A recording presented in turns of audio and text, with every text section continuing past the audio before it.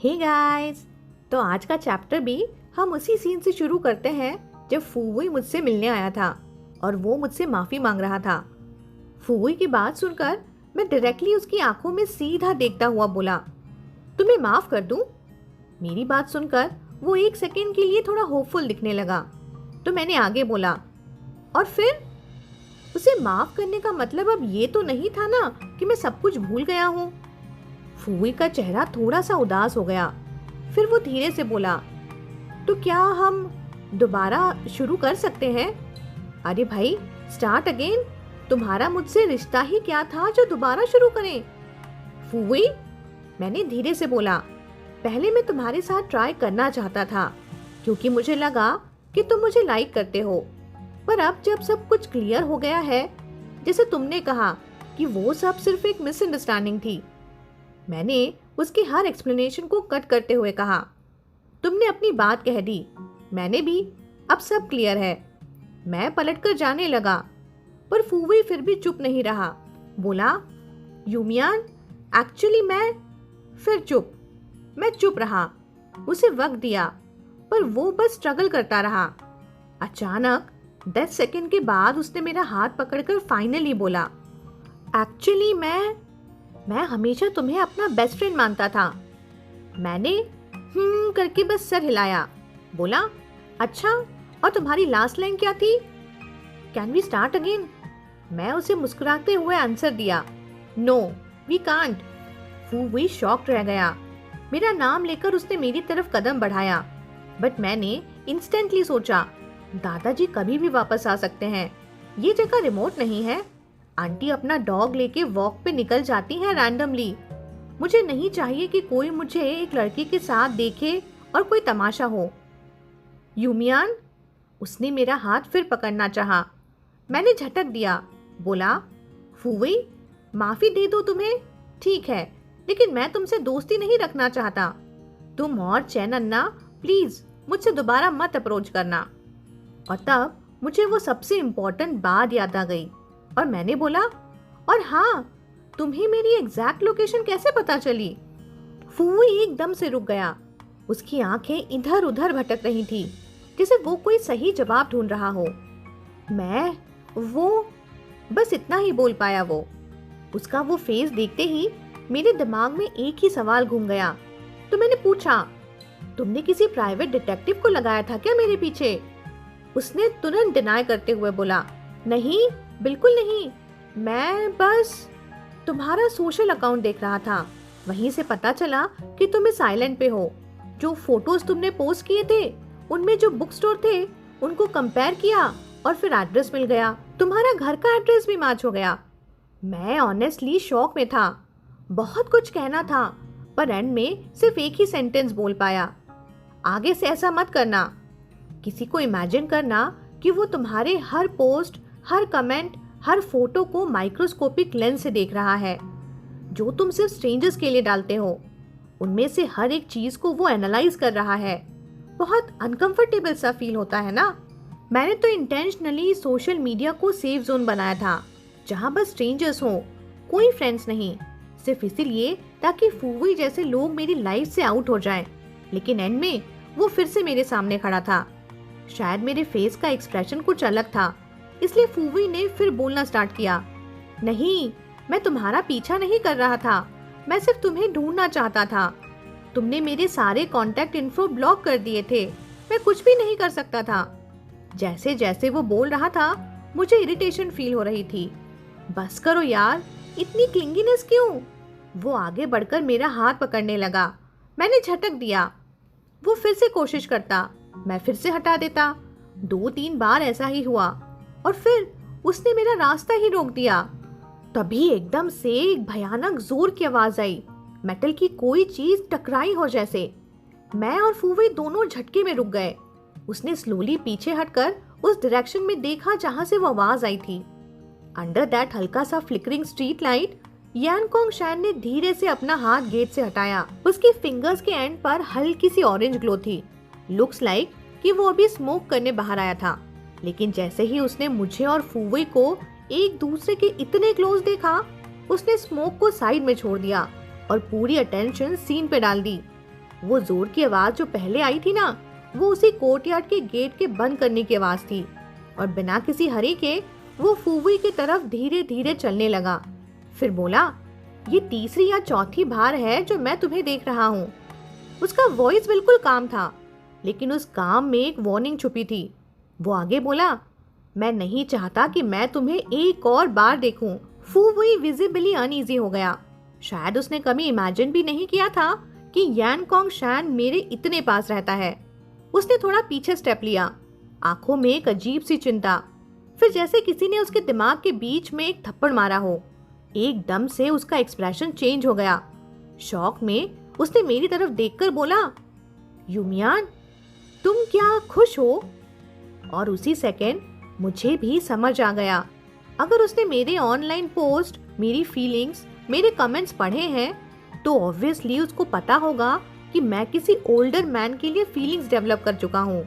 और फूवी जैसा बंदा जो थोड़ा सोचता, थोड़ा जोड़ता, इजीली गेस कर सकता था। मुझे नहीं पता था कि उसके मुंह से अगले वर्ड्स क्या निकलेंगे, पर इंस्टिंक्टिवली मैंने एक हाथ उसके फेस पे रख दिया और दूसरे हाथ से उसका कॉलर पकड़ के उसको धक्का दे दिया, सीधा कोर्टयार्ड के गेट तक। धाम! वो मेटल का गेट जोर से बजा, इको होता हुआ। पीछे से यान कॉन्ग शैन के स्टेप्स रुक गए। मैंने विस्पर करते हुए फूवी से कहा, अगर तुमने एक और लफ्ज बोला ना, तो मैं तुम्हारी मम्मी को बता दूंगा कि हर बार जब तुम अपने डैड के साथ उस मिस्ट्रेस से मिलने जाते थे और उनकी कवर स्टोरी बन जाते थे और उनसे रेड एनवेलप्स भी लेते थे। मेरा वॉइस लो था, पर टीथ क्लेंच थे, लाइक अ प्रॉपर थ्रेट। और फूवी, उसके चेहरे पे जो एक्सप्रेशन था, वो तो अलग ही लेवल का था। मेरे हाथ के पीछे से झलकती उसकी आंखें, पैनिक, शॉक और एक डिसबिलीफ जैसे ये यूमियान तो वो वाला यूमियान है ही नहीं। उसके लिए मैं अब एक इंसान नहीं था, मैं एक डीमन इन यूमियान स्किन बन चुका था। हाई स्कूल के टाइम फूवी ने मुझे एक ऐसा सीक्रेट बताया था जो शायद किसी और को नहीं पता था। उसकी फैमिली रिच थी, पुरानी जनरेशन के बिजनेसमैन। हाँ, मतलब फोर्ब्स वाले बिलियनियर नहीं थे, पर एक दो मीडियम साइज कंपनी थी उनकी, जिनसे काफी अच्छा पैसा आता था। Technically rich second gen kid था फूवी। उसके डैड का लाइफस्टाइल पूरी दुनिया जानती थी, अल्कोहल, पार्टीज और औरतें। फूवी की मॉम को भी सब पता था, पर वो इग्नोर करती थी। शायद इमोशन से ज्यादा उनके लिए स्टेटस इंपॉर्टेंट था। सबसे ट्विस्टेड पार्ट, उसके डैड हर बार जब अपनी मिस्ट्रेस से मिलते थे, वो फूवी को साथ ले जाते थे। बाहर से बोलते, बेटे को आउटिंग पे ले जा रहा हूँ, अंदर से कवर स्टोरी। फूवी सिटी सेंटर में रहता और उसके डैड साइड में अपनी छोटी लव स्टोरी चलाते। फिर बाद में उसको रिवॉर्ड भी देते थे, पैसे, गिफ्ट्स या जो भी वो चाहे। ये सब जूनियर हाई से चालू था और फूवी, उसको ये सब नॉर्मल लगने लगा था। उसके लिए ये एक इजी और कन्वीनियंट पॉकेट मनी का तरीका था। उस वक्त मुझे ये सुनकर झटका लगा था, पर फिर सोचा, हर घर की कहानी अलग होती है। मेरे पेरेंट्स के इशू भी बड़े नहीं लगते अब। और ऑनेस्टली मुझे तभी समझ लेना चाहिए था कि फूवी थोड़ा डिफरेंट है।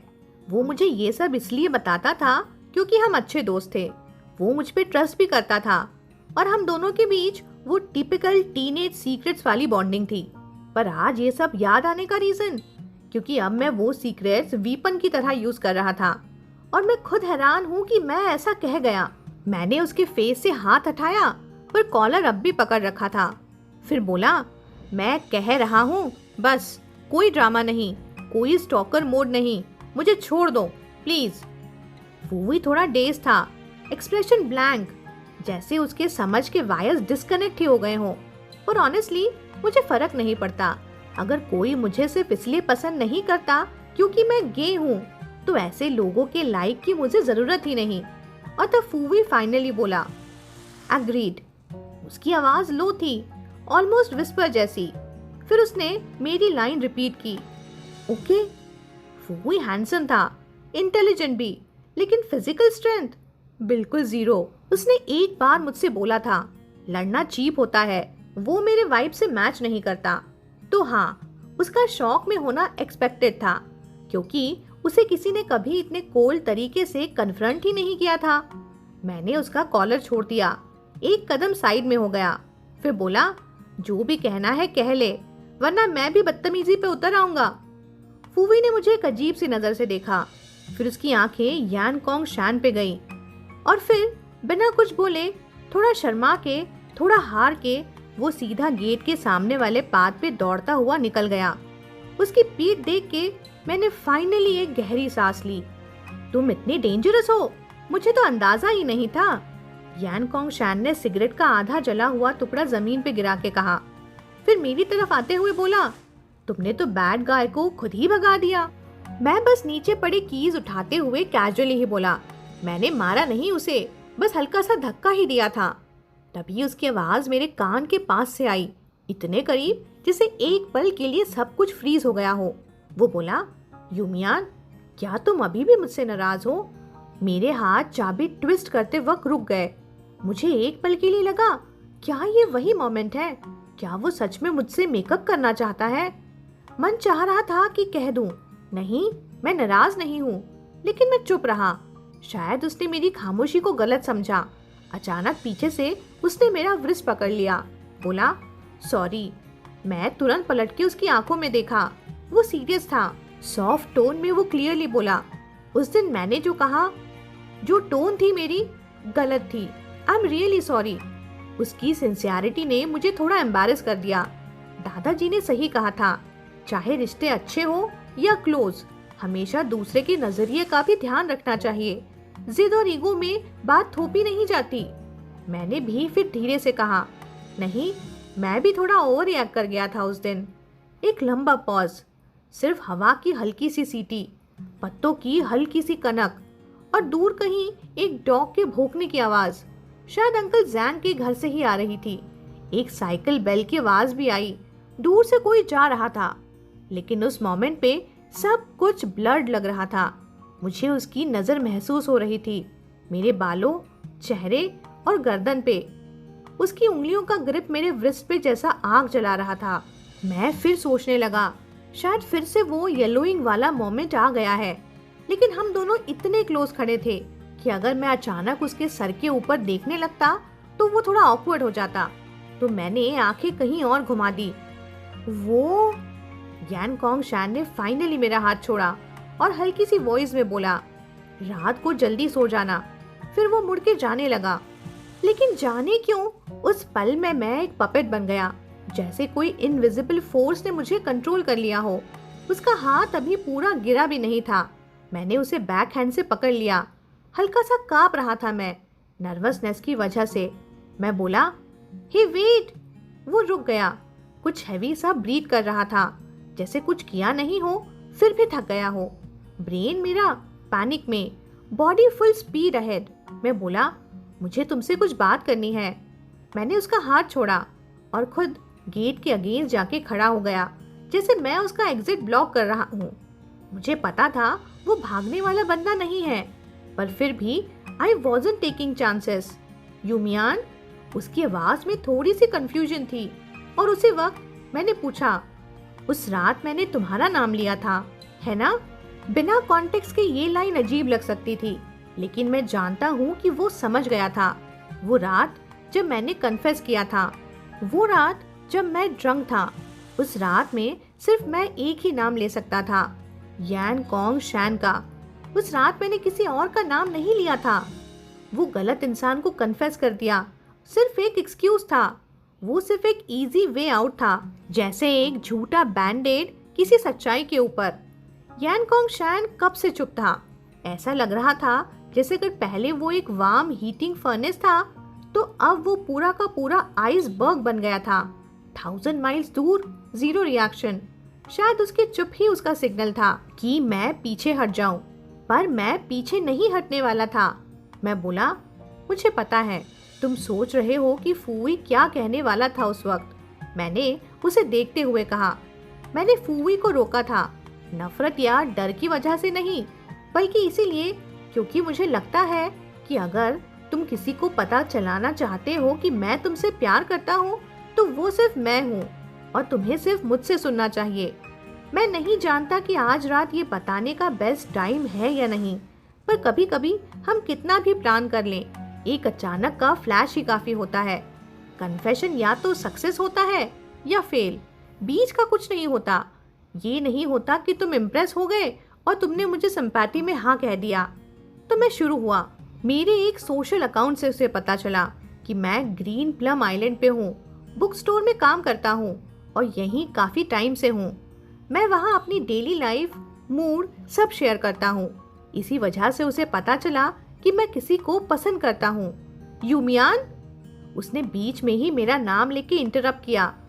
वो यूजुअल सॉफ्टनेस नहीं थी, एक वार्निंग थी, रिमाइंडर था।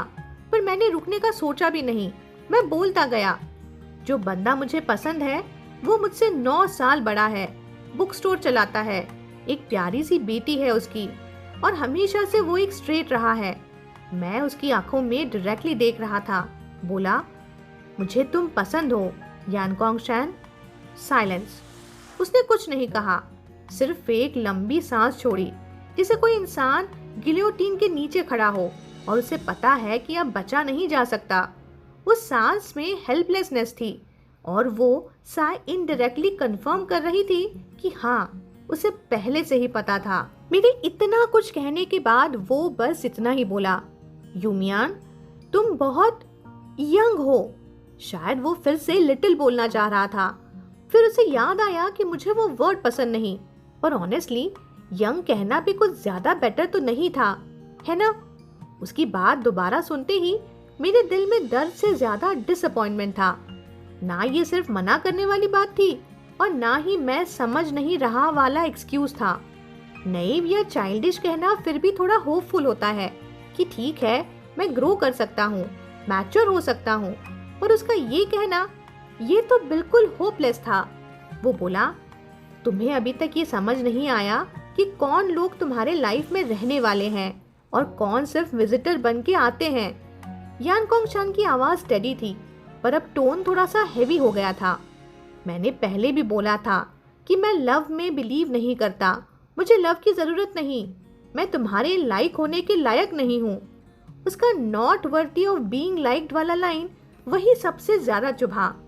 मुझे थोड़ा दुख हुआ, ना उसके ना कहने पर, बल्कि इस बात से कि उसके लिए लाइक करना भी कुछ नहीं रहा। मैंने उसे काम टोन में कहा, तुम मुझे पसंद ना करो, चलेगा। मैं तुमसे ये कह रहा हूँ सिर्फ इसलिए नहीं कि तुम मुझे एक्सेप्ट करो, बल्कि इसीलिए कि तुम जानो कि इट्स ओके। मुझे पता है तुम मुझे पसंद नहीं करते और मैं कभी एक्सपेक्ट भी नहीं करता था, पर पसंद करना कोई चॉइस तो नहीं होती ना यानकोंग शैन। मैं तुम्हें कब तक पसंद करूंगा जब तक मेरा मन खुद ना कह दे कि हाँ, अब नहीं। मैं खुद भी हंस दिया, थोड़ा आयरॉनिक सा। बस तब तक पसंद करूंगा जब तक ना पसंद करना शुरू नहीं होता। उसने कुछ नहीं कहा इनिशियली, फिर वो फाइनली बोला, ये तुम्हारी फ्रीडम है, मैं इसमें इंटरफेयर नहीं करने वाला हूँ। कन्फेशन था, पर पहले से डूम्ड था। क्या प्यार में कोई एग्जैक्ट टाइमिंग होती है? कभी कभी रिजेक्शन भी इतना जेंटल होता है कि बंदा उसमें भी थोड़ा सा कंफर्ट ढूंढ लेता है। वो मुझे फोर्स नहीं कर रहा था दूर जाने को, और ये मेरे लिए इनफ था। मैंने थोड़ा सा साइड होके गेट ओपन किया। स्ट्रीट लाइट की रोशनी अंदर आई और उस लाइट पे यानकोंग शैन का मूड भी थोड़ा सा डिम लग रहा था। शायद मेरा सच बोलना उसे सैड कर गया। जब वो ऑलमोस्ट गेट के बाहर निकल गया तब मुझे एक छोटी सी बात याद आ गई। मैंने उसे आवाज लगाकर बोला, अगर कभी तुमने वाइल्ड चाइम फिर से बाहर लटका दिया तो क्या मैं उसे लेने आ सकता हूँ? ये कहना थोड़ा ऑकवर्ड था, पर रियलिस्टिक भी। मुझे पता था वो मुझे पसंद नहीं करता, वो एक स्ट्रेट मैन है और एक न एक दिन वो किसी और के साथ होगा। जब वो विंड चाइम फिर से कड़केगा, मैं चाहता हूँ कि मैं रेडी रहूं, पहले से ही पूछ लूं ना। यानकोंग शैन एक सेकंड के लिए फ्रीज हो गया, फिर कंफ्यूजन से वो मुझे देखने लगा। वही एक्सप्रेशन जो फूवई ने दिया था जब मैंने कुछ अजीब बोला था। पार्डन, क्या कहा तुमने? उसने कहा पूरे कंफ्यूजन के साथ, जैसे उसे सच में लगा कि मैंने अभी बहुत अजीब कुछ बोल दिया हो। यानकोंग शैन ने बस सर घुमा के देखा ही था, पर जैसे ही ये शब्द उसके लिप से निकले उसका पूरा बॉडी भी टर्न हो गया, डायरेक्टली फेसिंग मी। मुझे लगा बस एक छोटी सी बात ही तो पूछी है, पर उसका रिएक्शन इतना बड़ा। मेरा हार्ट हल्का सा डर गया। क्या मैंने कुछ गलत बोल दिया? उसके चेहरे पर कोई मुस्कुराहट नहीं थी, आवाज में वार्मथ भी चली गई थी और टॉप ऑफ हिज हेड थोड़ा रेड हो रहा था। उसका गुस्सा दिखने लगा था। बोलते क्यों नहीं अब? उसका टोन एकदम कोल्ड सा था, लेकिन अंदर से थोड़ा डेंजरस भी। मुझे समझ ही नहीं आया कि वो इतना गुस्सा क्यों हो गया। मैंने थोड़ा नर्वस होते हुए बोला, नहीं मतलब क्या ये अलाउड नहीं है? डर के मारे मैंने गेट का साइड टाइट पकड़ लिया कि अगर उसने मुझ पे दौड़ लगाई तो मैं तुरंत गेट बंद कर दूं। पर उसके बाद उसने जो स्माइल किया वो कोई नॉर्मल स्माइल नहीं थी, वो थी एक एंग्री स्माइल। वो वाली जब लोग तब देते हैं जब वो अंदर से फूक रहे हो और ऊपर से कंपोज दिखना चाहते हो। You can give it a try, उसने बोला, पर उसके बाद इमीडिएटली ऐड भी किया, लेकिन अगर तुमने ऐसा किया तो तुम भी उन्हीं लोगों जैसे हो जाओगे जो सिर्फ एक काम के लिए आते हैं, और तुम मेरे लिए फिर वो बस एक और बन जाओगे। समझे यूमियान? उसने मुझे झटका दे दिया था। मेरा पूरा बॉडी हिल गया। गेट का किनारा भी मैंने टाइटली पकड़ लिया था। मुझे सब समझ आया। अगर मैं ऐसा करता, मतलब मैं सिर्फ एक और बस रैंडम सा बेड पार्टनर बन जाता हूँ उसकी नजर में। वो मुझे अपने घर के आसपास भी आने नहीं देगा। वो रात में मेरे लिए लाइट जला के रास्ता भी नहीं दिखाएगा। वो मेरे सिर पर प्यार से हाथ भी नहीं फेरेगा। तब तो बेटर है कि मैं ऐसे ही अनरिक्वेटेड प्यार में ही रहूं, ना कि उसकी बॉडी तक पहुंच जाऊं पर हार्ट से दूर हो जाऊं। एक ठंडी सांस छोड़कर मैं चुप हो गया। यान कॉन्ग शैन ने खुद ही साइलेंस तोड़ते हुए कहा, अभी के लिए स्टोर मत आना। सुनरी के साथ टाइम स्पेंड करो, दूसरे दोस्त बनाओ, और वो बेकार के थॉट्स उनको भूल जाओ। जस्ट फ्यू मिनट्स पहले तक मैं खुश था कि कम से कम उसने मुझे अपनी लाइफ से दूर नहीं किया, और अब ये पनिशमेंट मिल गया।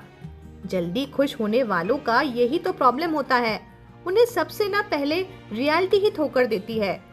वैसे तो यान कॉन्ग शैन ने काफी बार मेरी बात नहीं मानी थी, तो फिर एक बात साथ सोना क्या बड़ी बात हो जाती। मैंने पूछा, तो रात को क्या मैं फिर से तुम्हारे घर आ सकता हूँ? लॉन्ग पॉज, फिर इसकी आवाज आई, डोंट कम। जस्ट 2 वर्ड्स, और साथ में उसके पैरों की आहट। वो चला गया और मैं वहीं कोर्टयार्ड के गेट के पास कुछ देर तक खामोश खड़ा रहा। फिर धीरे से गेट बंद किया और उसके अगेंस्ट बैठ गया, नीज को हक करते हुए। अपना चेहरा छुपा लिया उन्हीं घुटनों में। I don't ever want to fall in love again, यही सोचता रहा मैं। Love is not for me, शायद कभी था ही नहीं। सीन शिफ्ट होता है अगली सुबह, नानपू स्ट्रीट। धूप नरमी से फ्लोर टू सीलिंग ग्लास के थ्रू अंदर आ रही थी और पूरी शॉप एक पिंक पेस्टल ड्रीम जैसी लग रही थी। सुनरी ने कहा था, एक नई शॉप खुली है, चलते हैं एक कोल्ड ड्रिंक ट्राई करने। वो बड़ी एक्साइटेड थी। स्ट्रॉबेरी पार्फेट ऑर्डर किया था उसने। मैंने थोड़ा मेन्यू के पेजेस पलटकर फिर ऑर्डर किया, ग्रेप ओलोंग, कम स्वीट होना चाहिए। ऑर्डर गया और ज्ञान आना शुरू हुआ। सुनरी ने एल्बोस टेबल पर टिकाए, 10 फिंगर्स क्रॉस किए और बोली, तो तू अब निकल गया ना उस यान कॉन्ग शैन के चक्कर से। तू तो उस दिन लिटरली पैनिक में ही आ गया था जब क्यू क्यू लेक में गिरी थी। मैंने थोड़ा स्माइल किया, बिटर वाला। बोला, मे बी वो मुझे सिर्फ एक पड़ोसी की तरह ही देखता है। सुनरी ने आंखें घुमाते हुए कहा, भूल जाओ उसे। और तू इमोशनल हार्ट ब्रेक का बेस्ट इलाज जानता है? मैंने सर हिला के कहा, बता। सुनरी ने ड्रामेटिक स्टाइल में टेबल पर हाथ मारते हुए कहा, एक नया रिलेशनशिप स्टार्ट कर ले। मैं ब्लैंक, एक ऑकवर्ड सा हाँ निकला मुंह से। हाँ क्या? अकेले एक ट्री पे कौन लटका रहता है रे? तू छोटा है क्या? At your age do you think तुम्हें एक और यान कॉन्ग शैन नहीं मिलेगा? वो तो पूरे गुस्से में थी। बोली, ये कौन सा 18 साल का ओल्ड मिल्क पपी होता है? और अगर है तो वो क्या वो मर्द है? She was defending me like a true दोस्त। लेकिन ये भी तो सच है ना कि ओरिएंटेशन अट्रैक्शन ऐसे नहीं चेंज होते ओवरनाइट। मैंने टॉपिक चेंज किया, उससे पूछा, अच्छा छोड़, तू बता ना वेंडिंग का क्या हुआ? और बस उसका एक्सप्रेशन पूरा ग्लो ही करने लगा। ड्रामा क्वीन मो डॉन। वो बोली, do you know who I am? मैं कभी हारती हूँ क्या लड़के चेस करने में? उसने बॉडी थोड़ा ट्विस्ट किया, ग्रिन फेस पे फुल कॉन्फिडेंस। मैं थोड़ा डाउटफुल हो गया, क्योंकि जब लास्ट टाइम मैंने वेनिंग को देखा था तो वो तो बस सुनरुई को बस एक नॉर्मल दोस्त जैसा ट्रीट कर रहा था। जैसे मेरे दिमाग में डाउट आया, सुनरुई ने सब क्लियर कर दिया। बोली, उस दिन माउंटेन पे जब मैंने उसकी जान बचाई थी ना, वो हीरोइक मोमेंट था, इतना इम्पैक्टफुल था कि 2 दिन बाद उसने ही मुझसे पूछा, will you be my girlfriend? और अब मैं दिन गन रही हूँ कि कब एनिवर्सरी बनानी है। कौन सा दिन? मैंने कैजुअली पूछा। सुनरी ने अपने लिप्स थोड़े से लिक किए और बोली, अरे वही जब हम 2 एक हो जाएंगे। वही टोन, जैसे कोई फीमेल डीमन हो from journey to the west craving Tang monk meat. Goose bumps. मैंने मन ही मन वेनिंग के लिए साइलेंट प्रेयर किया, भाई बच जा तू। तभी सुनरी अपना फोन दिखाते हुए बोली, अरे बाय द वे जरा बाद में अपना फ्रेंड रिक्वेस्ट तो चेक कर लेना। तुझे लड़के पसंद है ना? ये मुझे अभी पता चला, वरना मैं पहले ही तुझे उससे मिलवा देती। उसका नाम है लियाओ फाइयांग। वो मेरा एक्स कलीग है, बीच पे लाइफ गार्ड था कॉलेज के 3rd ईयर में। Sunshine wolf dog. और वो ना स्विच है, मतलब बाई है। और फिर मुझे विंक करते हुए वो बोली, डोंट वरी, मैंने पूछा था, ही इज वेरी स्किल्ड। मैं, भाई मुझे तो नाम भी नहीं पता प्रॉपरली, तू स्किल की बात क्यों कर रही है? ऐसे ही बातें करते करते कोल्ड ड्रिंक खत्म हुई। जाने से पहले सुनरी बोली, वैसे इस वीकेंड ना मेरे ऑर्चिड में पेरेंट चाइल्ड एक्टिविटी हो रही है, वॉलंटियर्स चाहिए, आएगा क्या? मैंने एक लंबा सा एक्सेल मारा। मेरे पास तो अब टाइम ही टाइम है ना, और इस टाइम हाँ ठीक है कहना मेरे लिए सबसे इजी ऑप्शन था। उसके बाद वो सीधा बाय बोल के वेनिंग के पास चली गई और मैं वापस घर आया सोलो मोड में। जैसे ही घर के अंदर कदम रखा, फोन पर एक नया फ्रेंड रिक्वेस्ट आया। डीपी एक हस्की का क्यूट फेस, नाम लाओ फाइयांग और मैसेज, मैं सुनरी का फ्रेंड हूँ। अब रिकमेंडेशन सुनरी से आया था तो मना करने की हिम्मत तो थी नहीं, तो मैंने तुरंत एक्सेप्ट कर ली वो रिक्वेस्ट। सेकेंड्स में एक हस्की वाला इमोजी के साथ हेलो आया। किंडा सुस लगा। फिर वुल्फ डॉग ने अपना बायो भेज दिया, 21 साल, हाइट 185, स्पोर्ट्स डिपार्टमेंट, नाम लाओ फाइयांग। तो मैंने भी फ्लो में आके अपनी भी डिटेल्स दे दी। 18 साल, 175 सेंटीमीटर, प्रोस्पेक्टिव कॉलेज स्टूडेंट्स, यूमियान। और तुरंत याद आया, पॉइंट तो ये था ही नहीं, तो मैंने क्लैरिफाई किया, एक्चुअली मुझे ऑलरेडी कोई पसंद है और फिलहाल to emphasize I mean move on करने का कोई प्लान नहीं है। लाओ फाइयांग ने रिस्पॉन्स दिया फुल सी किंग एनर्जी के साथ। सुनरी ने बताया, बट कोई प्रॉब्लम नहीं, अगर कभी तुम लोनली फील करो तो मैं हूं ना। ब्रो, ये सी किंग है या लाइफ गार्ड? फ्लर्ट करते टाइम भी मसल्स फ्लेक्स हो रहे हैं। मैंने एक नोडिंग इमोजी भेजा और एग्जिट चैट फास्ट। वीकेंड पे मैंने ग्रैंडपा को क्विकली गुड बाय बोला और सीधा निकल गया सुनरुई के ऑर्चर्ड की तरफ। इवेंट लोकेशन था ताओ युआन। जुलाई का महीना और पीचेस अपने फुल ग्लो में। हर ट्री पे लाल गुलाबी रस भरे फल लटक रहे थे। जैसे ही गार्डन के अंदर चला, हल्की हल्की पीच की खुशबू हवा में थी। पूरे एनवायरनमेंट में बस एक काम स्वीट सी फीलिंग थी। और फिर आंखों के सामने एक बड़ा red banner, green plum island sunshine kids kindergarten के सारे पेरेंट्स, बच्चों और टीचर्स का गरम जोशी से स्वागत है, आइए और फ्रूट्स तोड़ने का मजा लीजिए। नाम देखकर मैं मोमेंटली फ्रीज हो गया। सनशाइन किड्स, ये तो वही किंडरगार्टन है ना जहाँ यान वांग्यू पढ़ती है। पेरेंट चाइल्ड एक्टिविटी है, तो क्या यानकोंग शान भी आएगा? मैंने सुनरी की तरफ पलट के पूछा, तूने बताया क्यों नहीं कि ये सनशाइन किड्स किंडरगार्टन का इवेंट है? सुनरी टोटली क्लूलेस एक्सप्रेशन लेके बोली, अरे क्या हुआ, सनशाइन में क्या दिक्कत है? मेरे डैड ने ये इवेंट सेट किया था, अब मुझे क्या पता कौन से स्कूल वाले आ रहे हैं। मैंने बस एक लंबी आह भरी, हाथ हिला दिया जैसे कह रहा हूँ छोड़ना कुछ नहीं, बट अंदर से टेंशन फुल स्विंग पे था। अगर यानकोंग शैन और क्यू आए तो सीन थोड़ा ऑकवर्ड हो सकता है ना। सुनरी ने कैजुअली कहा, इतना एम्बैरेसिंग है क्या? मैंने उसके हेड के ऊपर एक इमेजिनरी ग्रीन हैट इमेजिन कर लिया और सोचा, हाँ, तू ही मेरी सच्ची दोस्त है जो मुझे एम्बैरेस करके ही खुश होती है। और जैसे ही मैंने ये सोचा, पीछे से एक ब्राइट और एनर्जेटिक वॉइस आई, सुन रही? मैंने मुड़कर देखा। एक वेल बिल्ट लड़का आ रहा था। थोड़ा सा डार्क स्किन था, वाइट टीथ के साथ एक सनशाइन स्माइल, जीन्स और सिंपल शर्ट पहना था, फुल स्पॉटी वाइब्स। मैं समझा सुनरी का कोई फ्रेंड होगा, लेकिन वो सीधा मेरी तरफ आया, बोला, हेलो यूमियान, आई एम लाओ फाइयांग। उसने हाथ आगे बढ़ाया।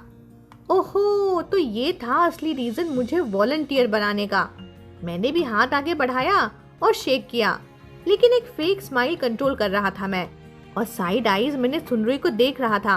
फिर बोला, ओह, इतने जल्दी मिलना एक्सपेक्ट ही नहीं किया था। सुनरी ने आंखों से फुल पैनिक सिग्नल्स भेजे और बिना कुछ बोले वहां से भाग गई। फाइयांग बोला, आप भी बिल्कुल सुनरी जैसे ही बोलते हो। सही पकड़ा है भाई, सही पकड़ा है। मैं और फाइयांग अभी भी ऑर्चर्ड के एंट्रेंस पे ही खड़े थे। हमारे सामने एक लंबी सी टेबल थी जिसमें एक साइन इन बुक और कुछ छोटी बास्केट्स थी, पेरेंट्स को देने के लिए ताकि वो फ्रूट्स कलेक्ट कर सकें। फाइयांग कैजुअली टेबल के अगेंस्ट पीछे से टिक गया और फ्लर्ट करने वाली आंखों से मुझे देखकर बोला, तुम बिल्कुल वैसे ही हो जैसे सुनरी ने बोला था। उसकी बातों में मुझे कोई ज्यादा इंटरेस्ट नहीं था। मैंने बस कैजुअली ही पूछा, सुनरी ने मेरे बारे में क्या बोला? सुनरी ने बोला कि तुम क्यूट हो। Excuse me? बस अब ऑफिशियली नमक में डूब के खत्म ही होने वाला हूँ मैं। मुझ पर तो बस किसी ने लेमन और चिली पाउडर छिड़क दिया हो ऐसा फील हुआ। थैंकफुली तभी कई सारे पेरेंट्स और बच्चे आने लगे, तो साइनिंग और बास्केट डिस्ट्रीब्यूट करने में मैं इतना बिजी हो गया कि नेपच्यून भैया अका फ्लर्टी लाइफ गार्ड को फिर मौका ही नहीं मिला लाइन क्रॉस करने का। 9 बजे के बाद क्राउड थोड़ा कम होने लगा। Sign in book almost full थी और मैं स्टॉल वाइंड अप करने वाला ही था कि एक फेमिलियर वॉइस ने मुझे अलर्ट कर दिया, आशन, जल्दी करो, लेट हो गया है। अरे तुम ही तो बेड पे लटक रही थी, तो मुझे पहले उठाने के लिए बोला होता ना। That voice, that nickname. मेरे हाथ पेन पर टाइट हो गए थे। मैं आवाज की डायरेक्शन में देखा और हाँ, 2 फेमिलियर सिलुएट्स मेरी नजर में आ गए, एक छोटी एक बड़ी। यान वान क्यों अपने डैड यानकोंग शैन का हाथ खींचती हुई तेज चल रही थी और वो अपनी काम कंपोज स्पीड पे चल रहा था, पूरा ओल्ड मॉन्क मोड में, ना तेज ना स्लो, बस अपने ही रिदम में। कुछ ही दिन हुए थे उसे मैं मिला नहीं, लेकिन लग रहा था जैसे सालों बाद देख रहा हूँ। तभी वैनक्यू ने मुझे देख लिया। 1 सेकंड का पॉज और वो फिर फुल स्पीड से मेरी तरफ भागी आई जैसे कोई छोटी रॉकेट। मियान मियान, अरे मियान मियान, और वो सीधा मेरे सीने से जा टकराई। उसका हग इतना स्ट्रॉन्ग था जैसे मेरी सारी इमोशनल लेयर्स तोड़ के अंदर तक चली गई हो। फिर बोली, मियान मियान, तुम इतने दिनों से मुझे मिलने क्यों नहीं आए? मुझे तुम्हारी बहुत याद आई। मैं उसकी टाइट से एम्ब्रेस में खड़ा था और पीछे से यानकोंग शैन का आना फील कर सकता था। मैंने वैंक्यू के छोटे से फसी हेड को जेंटली पैट किया और कैजुअली झूठ बोल दिया, तुम अभी हॉस्पिटल से निकली हो ना, तो रेस्ट जरूरी है। मैं अगर तुमसे मिलने आता तो तुम डेफिनेटली मुझे खेलने और झगड़ने में लगा देती, तो फिर मैंने मिलने का प्लान कैंसिल कर दिया। वैंक्यू ने ऊपर देखकर थोड़ा बनी फेस बनाया, फिर बोली, पर डॉक्टर ने बोला मैं अब ठीक हूँ, तो तुम कब आओगे फिर से मुझसे मिलने? मैं भी आ सकती हूँ तुमसे मिलने। उसकी ऐसी बिग इनोसेंट आईज देख के उसे डायरेक्टली मना करना मुश्किल हो गया। मैं थोड़ा हेसिटेंट हो गया, फिर बोला, 2 दिन बाद तुम्हें किटन्स दिखाने ले चलता हूँ, ठीक है? ये उसने चीयर किया और मेरी आर्म टाइटली पकड़ के खींच गई जैसे ग्लू हो गई हो। अब तो वो पीचेस भी मेरे साथ ही पिक करना चाहती थी, बट प्रॉब्लम ये थी कि जहाँ वांग्यू जाती है वहाँ यानकोंग शैन भी साथ ही आता है। मैंने सर उठाया और उस टॉल मैन की तरफ देखा जो अब मेरे करीब आ चुका था। हमारी नजर टकराई, पर कुछ भी नहीं हुआ। ना कोई ऑकवर्डनेस उसके फेस पे, ना कोई फेमिलियरिटी, ना ही कोई वार्मथ। जैसे कन्फेशन हुआ ही नहीं, जैसे कोई झगड़ा ही नहीं हुआ, जैसे हम पहले कभी मिले ही नहीं पहले। Sir please sign in here, Feiyang ने कर्टेसी के साथ पेन फॉरवर्ड किया, लेकिन उसके टोन में एक अजीब सा ओवर एक्साइटेड हेल्पफुलनेस था। यानकोंग शैन ने पेन ले लिया और दोनों के फिंगर्स टच हुए एक पल के लिए। उसने नोटिस भी नहीं किया, बस कामली साइन किया और पेन वापस कर दिया। बोला थैंक यू, और तभी नेपच्यून भैया का फुल शाइन मोड ऑन। बोला यू आर वेलकम। वैसे आपका सरनेम यान है, काफी रेयर है। मेरा नाम लियो है, लियो फाइयांग। मैं लिटरली उसके हेड के ऊपर इमेजिनरी प्योर येलो सी किंग अलर्ट बोर्ड देख सकता था। सुंदरी ने बोला था ये बंदा 01 यानी स्विचिंग में स्किल्ड है, पर ये तो एकदम ओपन मार्केट स्टॉल की तरह हर तरफ फ्लर्टिंग चला रहा है। अब तो वो यानकोंग शैन से भी फ्लर्टी बन गया है। मैंने तुरंत सिचुएशन हैंडल करते हुए बोला लाओ फाइयांग, मुझे लगता है बाकी लोग बाद में आएंगे, तब तक तुम यहीं रुक जाओ। मैं और वांग्यू अंदर जाके पीचेस पिक करते हैं। मैंने उसे रिएक्ट करने का टाइम तक नहीं दिया। टेबल से एक छोटी बास्केट उठाई और वांग्यू का हाथ पकड़ के सीधा ऑर्चर्ड की तरफ निकल गया। है तो मैं बाद में आता हूँ तुम्हारे पास फिर। पीछे से लाओ फाइयांग की एनर्जेटिक वॉइस आई थी, बट मैंने बस इग्नोर करना ही ठीक समझा। बिना पलट के अपना पेस तेज कर दिया। ना सुनना ना समझना। ऑर्चर्ड के अंदर ऑलरेडी काफी लोग आ चुके थे। बच्चे और पेरेंट्स ने मिलकर आधा बास्केट पीचेस भर लिया था। जो लोअर ब्रांचेस थी उन पे तो ब्लैंड पैचेस आ गए थे। मुझे वैंक्यू को लेकर थोड़ा और अंदर जाना पड़ा, जहाँ लोग कम थे और थोड़े पीचेस अभी भी बाकी थे। पीछे पीछे यानकोंग शैन भी आ रहा था, न ज्यादा पास न ज्यादा दूर, लेकिन जब से मिले हैं उसने एक भी लफ्ज नहीं बोला। वैंक्यू ने मेरी शर्ट खींची और क्यूट सी आवाज में बोली मियान मियान, मुझे तो वो वाला पीच चाहिए, देखो ना कितना प्यारा लग रहा है। मैंने उसकी डायरेक्शन फॉलो की, पीच आइडेंटिफाई किया, बास्केट नीचे रखा और उसे उठा के ब्रांच के पास ले आया। लिटिल हैंड्स ने पीच को दोनों तरफ से घुमाया और पॉप, पीच ब्रांच से गिर गया।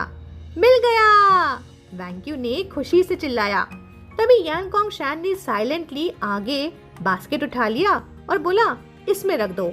वैंक्यू ने केयरफुली पीच बास्केट में रख भी दिया और फिर उसकी शॉपिंग स्प्री शुरू हो गई। एक ट्री, फिर दूसरा, फिर तीसरा। जो उसे क्यूट लगा वो पीच चाहिए ही चाहिए। मैं उसकी इंस्ट्रक्शंस फॉलो कर रहा था। यानकोंग शैन बस साइड में खड़ा था, शांत, सब क्वाइटली सुन रहा था। हमारे बीच की साइलेंस वियर्ड सी थी, जैसे कोई डिवोर्स कपल हो जो अपने बच्चे के सामने पीस दिखाने की एक्टिंग कर रहे हो। स्ट्रेंजली एक्यूरेट, है ना?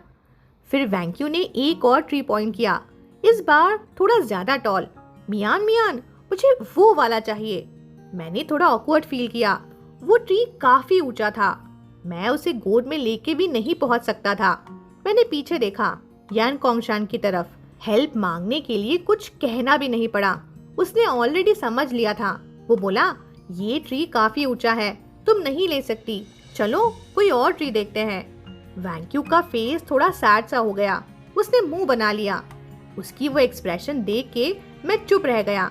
आई wanted to make it work somehow. तभी surprise entry, Neptune returns. Yumian, mister Yan, मैं आ गया। और साथ ही एक हैंडवेव, फुल स्पीड एंट्री। मैंने पलट कर देखा, वाइयांग खुशी से भाग के आ रहा था। मैं स्टैचू जैसा खड़ा था, सोच रहा था गॉड क्यों यार, अभी नहीं। सीरियसली, क्या उसने एक्वामैन का रडार इंस्टॉल किया है? नहीं तो इतने बड़े ऑर्चर्ड में इतनी परफेक्ट टाइम के साथ हमें कैसे ढूंढ लिया उसने? वाह, तुम लोगों ने तो काफी ज्यादा पीच पिक कर लिए हैं। फाइयांग फुल रन मोड में वहां तक आया, थोड़ा सा हाफ रहा था, लेकिन फेस पे वही कॉन्फिडेंस स्माइल। फिर उसने ऊपर देखा, ट्री के टॉप पे जो पीच वैंक्यू को चाहिए था, और बिना किसी वार्निंग के जंप, एक लॉन्ग आर्म स्ट्रेच, एक स्मूथ पुल और एक पीच के साथ नीचे लैंड किया, जैसे कोई मूवी का एक्शन सीन हो। फिर उसने लीव्स हटा के पीच वैंक्यू को दिया। लिटिल सिस्टर, ये लो तुम्हारे लिए। और उसी मोमेंट पे मुझे एक विंग दे दिया। नोप, नॉट डूइंग दिस। मैंने आंख बंद कर ली, वरना शायद इरिटेट हो जाता। पर वैंक्यू का रिएक्शन थोड़ा अनएक्सपेक्टेड था। उसने पीस तो ले लिया, लेकिन फिर भी उस ट्री को देखती रही। फिर बोली, लेकिन मुझे तो वो वाला चाहिए था। फाइयांग थोड़ा कंफ्यूज हो गया, सर स्क्रैच किया, बोला कोई स्पेसिफिक पीच है क्या? जब उसने एक्चुअल पीच पॉइंट किया तो भैया सेम स्ट्रगल हुआ, वो भी अनरीचेबल जोन में ही था।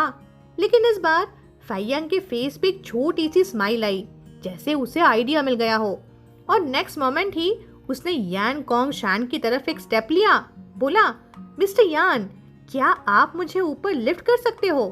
Wait, what? यान कोंग शान थोड़ा शूक हो गया। तुम्हें उठाऊं? थोड़ा ब्रो रेज किया। उसकी डीप सेक्सी वॉइस में डाउट था और मेरे अंदर अलार्म बज गया। नेपच्यून अलर्ट, नेट कास्ट हो रहा है। मैंने उस मोमेंट पे क्विक रिएक्ट किया। बोला, अरे रुको, मैं कर लेता हूँ ना। वो दोनों एक साथ मुझे देखने लगे। फाइयांग क्यूरियस, यान कोंग शान न्यूट्रल। मेरे मन में सिर्फ एक ही थॉट था, सुनरी, तूने ये फ्रेंड भेजा है या मुझे टॉर्चर करने का प्लान बनाया था? मैं तो लिटरली टायर्ड हो गया हूँ। मैंने काम टोन में बोला, लिफ्ट करने से मतलब था ना, तो चलो, मैं रेडी हूँ, मैं लाइट हूँ ना, इजीली उठ जाऊंगा। फाइयांग स्माइल किए बिना नहीं रह पाया, आया पास और उसने अपने दोनों हाथ मेरी वेस्ट पे रखे। मैं इंस्टेंटली स्टिफ हो गया, लेकिन कोशिश की कि रिएक्ट ना करूं। वाह, तुम्हें उठाना तो बड़ा इजी है। फाइयांग की आईज फ्लिकर हुई टीजिंगली और बोलते बोलते उसने मेरी कमर के दोनों साइड पर हल्की सी ग्रिप बनाई। वैसे वेस्ट भी काफी स्लिम है तुम्हारी। मैं थोड़ा सा फोर्सफुली हंसा, बोला, हाँ बस ठीक ही है। फिर जैसे ही उसके थ्रू देखते हुए मेरी नजर यान कोंग शान पे पड़ी, जो कुछ डिस्टेंस पे खड़ा था। डायरेक्टली हम दोनों को ही देख रहा था। उसके ब्रोज थोड़े से टाइटन हुए थे और आंखों में एक स्ट्रेंज थॉटफुल लुक था। और जब उसने मेरी नजर कैच कर ली तो मैंने तुरंत नजर हटा ली। गिल्टी टोन में मैं आगे बढ़ गया पीच ट्री के नीचे। वैंक्यू का पीच अभी भी ऊपर ही था। मैंने फाइयांग को हैंड सिग्नल दिया कि चलो आओ, अब उठाओ। पीछे से एक और बॉडी का वार्मथ महसूस हुआ। वेस्ट पे फर्म ग्रिप पड़ी। लेकिन वेट, ये हाथ तो थोड़े बड़े लग रहे हैं। और अगले ही सेकंड एक डीप वॉइस मेरे कान के पास आई, मैं कर लेता हूँ, मैं लंबा हूँ। यान कोंग शान। Before I could even react, lift एकदम से हवा में। ब्रांचेस मेरे सामने थे और पीच मेरे हाथ में। इतने स्मूथली पीच पीक हुआ कि मैं कुछ सेकंड्स के लिए तो सच में भूल गया कि मैं किस सिचुएशन में हूँ। और जब नीचे उतरा, नर्वसनेस और थोड़े वीक लेग्स, मतलब डायरेक्ट क्रैश इनटू यान कोंग शान्स चेस्ट। उसकी ग्रिप मेरी वेस्ट पे और टाइट हो गई और उसकी हॉट ब्रेथ मेरे कान के पास। ठीक हो? मैंने पीच अपने सीने से लगाकर हल्की सी आवाज में बोला, हाँ मैं ठीक हूँ। तब तक वैंक्यू भी एक्साइटमेंट में भागती हुई आई। ये बस यही वाला तो चाहिए था। उसने पीच बास्केट में केयरफुली रख दिया। उसके बाद थैंकफुली कोई और हाई पीच डिमांड नहीं आई। बस सब पीचेस इजीली पिक हो गए। रिटर्न ट्रिप पे यान कोंग शान ने वैंग्यू को गोद में उठाया और आगे चलता रहा और मैं बास्केट के साथ चल रहा था, पीछे पीछे फाइयांग के साथ। Sea king aka Feiyang was still walking beside me, non stop बातें करते हुए। मैं बस हाँ करके उसकी बात निपटाता रहा। लेकिन मेरा एक्चुअल फोकस तो यान कोंग शान पे था, जो थोड़ा आगे वांक्यू के साथ चल रहा था। फिर एकदम से, यूमियान, क्या वो बंदा तुम्हें पसंद है? मैं रुक गया, उसकी तरफ मुड़ के देखा। उसकी आंखों ने भी उसी वक्त यान कोंग से नजर हटाकर मुझे देखा और सिर्फ मेरा एक्सप्रेशन देख के ही सब समझ गया। आई गेस्ड इट, उसने मुस्कुरा कर बोला। मैंने थोड़ा सार्कास्टिक टोन में बोला, वाह बड़े इंटेलिजेंट हो तुम। पर नेक्स्ट लाइन ने तो सीधा उसे झटका ही दे दिया। मैं बोला, क्या ये वो बंदा है जिसके साथ तुम सोना चाहते हो? ही गास्प्ड एंड आई एडेड, वैसे छोड़ो, उसे मत छेड़ो, वो स्ट्रेट है, तुम्हारे साथ नहीं सोएगा। मैं सीधा आगे बढ़ गया, कोई रिएक्शन नहीं दिया। इस बंदे का ना कोई भरोसा नहीं है। पीछे से आवाज आई जैसे वो डिफेंड कर रहा हो। बोला, अरे नहीं नहीं, तुम गलत समझ रहे हो, मैं उसमें इंटरेस्टेड थोड़ी ही हूँ। आई मीन लॉजिक से भी तो काम लेना चाहिए ना। मैं तो तुम्हारे पीछे हूँ अभी, दिखता नहीं क्या? नहीं भाई, तू मेरे पीछे नहीं, तू बस यहाँ फिशिंग ही कर रहा है। तो मैंने रुक कर बोला, अच्छा तो कसम खाओ फिर। उसके सामने मैंने अपना लेफ्ट पिंकी फिंगर उठा के दिखाया। बोला, कसम खाओ कि अगर तुम झूठ बोल रहे हो तो तुम्हारा लिटिल ब्रदर भी इस फिंगर जैसा ही हो जाए। उसने मेरी पिंकी को देखा, उसका चेहरा एकदम शॉक में आ गया और वो बिना कुछ बोले ही पीछे हट गया। मैंने थोड़ा ठंडा सांस नीर मारा और बिना कुछ कहे सीधा यानकोंग शैन और वैंक्यू की तरफ भाग गया। बस करो यार सुनरुई, तू किस किस से मिलवा देती है यार मुझे। पेरेंट्स ने पीचेस पिक कर लिए थे। सबने अपने फ्रूट्स बास्केट पे नाम चिपकाए और लाइन में रख दिए। सुनरुई और वॉलंटियर्स बिजी हो गए पैक और वेट करने में, और फादर सुन ने तो बड़े वाटरमेलन्स काट के सबको थोड़ा ठंडक दिया। मेरे हाथ चिपचिपे हो गए थे पीचेस से, तो बास्केट साइड में रख के मैं पैरागोला के पास हैंड वॉश करने स्क्वाट डाउन हुआ। फॉसेट बहुत लो था, मतलब प्रॉपर स्क्वाटिंग पोजीशन चाहिए थी। मैं रब ही कर रहा था कि पीछे से एक फेमिलियर साजिश भरी शैडो स्क्वीज होके आई। फाइयांग, सोप, उसने कैजुअल टोन में बोला, जैसे बस नॉर्मल डिमांड है। मैंने सोप उसके हैंड में दिया और उसने क्विक ग्लांस मारा, देख लिया कि आसपास कोई नहीं है और फिर शुरू कर दी अपनी नौटंकी। बोला, देखो तुम टेंशन मत लो, मुझे चेस करने की जरूरत भी नहीं है, डायरेक्ट बेड पे भी चलेगा। सुनरुई ने तुम्हें मेरे स्किल्स के बारे में बताया होगा ना, राइट? मैं चुप रहा, बस सोप रब करता रहा, लेकिन उसका फन खत्म नहीं हुआ और पास लीन होके उसने विस्पर किया, या फिर तुम किस करके ट्राई कर लो, मैं बहुत अच्छा किसर हूँ। मेरा दिल थोड़ा फास्ट बीट करने लगा, लेकिन अनॉयंस ज्यादा थी। वेट पाम से उसके बॉडी को पुश करते हुए मैं बोला, नो थैंक्स, मुंह नहीं है। अरे बिना ट्राई किए कैसे पता चलेगा? उसके लिप्स डेंजरसली क्लोज आ रहे थे। मेरे माउथ से बस निकला, तुम मत, और तभी धड़ाम, थिन वुडन बोर्ड का टॉयलेट डोर जोर से खुला। यानकोंग शैन अपनी लंबी स्ट्राइड के साथ बाहर आया, सीधा हम दोनों के सामने। उसकी आंखों का फोकस एकदम शार्प। हो गया हैंड वॉश तो साइड हो जाओ। उसकी वॉइस काम थी, लेकिन अंदर से एकदम हैवी। लाओ फाइयांग तुरंत ऑकवर्ड कफ करते हुए हाथ क्विक वॉश करके तुरंत निकल गया। मैं धीरे से खड़ा हुआ, दिल अभी भी थोड़ा रेस कर रहा था। नजर ऑटोमेटिकली यानकोंग शैन पे गई। वो स्क्वाट डाउन होके वही जगह ऑक्यूपाई कर रहा था जहां अभी अभी लाओ था, हैंड्स रब करते हुए अपने हेड के ऊपर का ब्राइट रेड ग्लो लिए, जो मुझे कंफ्यूज कर रहा था। बाथरूम में आके भी रेड क्यों? क्या पेपर खत्म हो गया था या जेलेसी का ओवरलोड है? इवेंट खत्म होने के बाद लोग एक एक करके निकल गए। सिर्फ छोटी सी यान वैंक्यू थी जिसने मुझे गुड बाय बोला, और यानकोंग शैन, उसने तो इवेंट के एंड तक मुझसे एक लफ्ज भी नहीं कहा। आंखों से भी कांटेक्ट अवॉइड करता रहा। मुझे नहीं पता उसका मूड खराब किसने किया था। सुनरी ने मुझे डिनर के लिए रोकना चाहा। वैसे भी वॉलंटियर बनाने के बहाने मुझे उसने लंच भी प्रॉमिस किया था, और मैंने तो ग्रैंडपा को पहले ही बता दिया था कि आज मेरे लिए उन्हें खाना नहीं बनाना पड़ेगा। पर उस वक्त सुनरी ने मुझे ये नहीं बताया था कि फाइयांग भी वहीं होगा। मैं समझ गया था सुनरी का प्लान क्या था। वो चाहती थी कि मैं नए किसी से मिलूं, नए रिश्ते में पड़ूं, यानकोंग शैन को भूल जाऊं। ये उसका tried and tested healing method था। पर मैं सुनरी नहीं हूँ, मैं ऐसा नहीं कर सकता। सो मैंने उसका डिनर का ऑफर पोलाइटली रिफ्यूज कर दिया और डिसाइड किया कि घर जाके खुद ही नूडल्स बना के खा लूंगा। चलते वक्त सुनरी ने मुझे रोका, एक बड़ा सा वाटरमेलन नेट बैग पैक करके मेरे हाथ में दे दिया। खाना तो नहीं खाया तूने, तो यही ले जा, ग्रैंडपा के साथ शेयर कर लेना। फिर हल्की सी स्माइल के साथ वो बोली, लाओ फाइयांग तो मुझे लगा काफी पॉपुलर है गे कम्युनिटी में, पर तुम्हारे एक्सप्रेशन देख के कुछ और ही लग रहा है। क्या कुछ गड़बड़ हो गई है? मैंने हंसकर उसका शुक्रिया किया और वाटरमेलन हैंडल पे लटकाया, और मन में सोचा, उसकी गलती नहीं है, मैं ही उस जैसी मछली के लायक नहीं हूँ। मैं उसके फिश पॉन्ड में स्विम करने लायक नहीं। Scene cut, return trip. मैं टर्टल के क्ले के घर की तरफ निकल गया, अकेला। यानकोंग शैन तो मुझसे पहले ही निकल चुका था। जब तक मैं घर पहुंचा, उनका SUV next door already park था। पूरी सुबह ऑर्चर्ड में घूम घूम के मैं पूरे पसीने से भीग चुका था। प्लान ये था कि एक अच्छा सा शॉवर लेके फिर नूडल्स बनाऊंगा, पर जैसे ही हाफ शैम्पू लगाया था और फोम सर पे था, टुक, बिजली चली गई। सीन एकदम अंधेरा हो गया। वही familiar blackout moment, please no, not again. मैंने झट से बचा कुचा हॉट वाटर यूज करके सर का फोम वॉश किया और बीच में ही शॉवर बंद करना पड़ा। जल्दी जल्दी कपड़े पहने, सर से पानी टपकता हुआ मैं सीधा नीचे भागा। पावर का डिस्ट्रीब्यूशन बॉक्स खोला और हाँ, ट्रिप हो गया था। मैंने फ्यूज स्विच को बार बार पुश किया, ऊपर नीचे, कोई रिस्पॉन्स नहीं। बस अब फ्यूज फिर से उड़ गया। अब क्या करूं?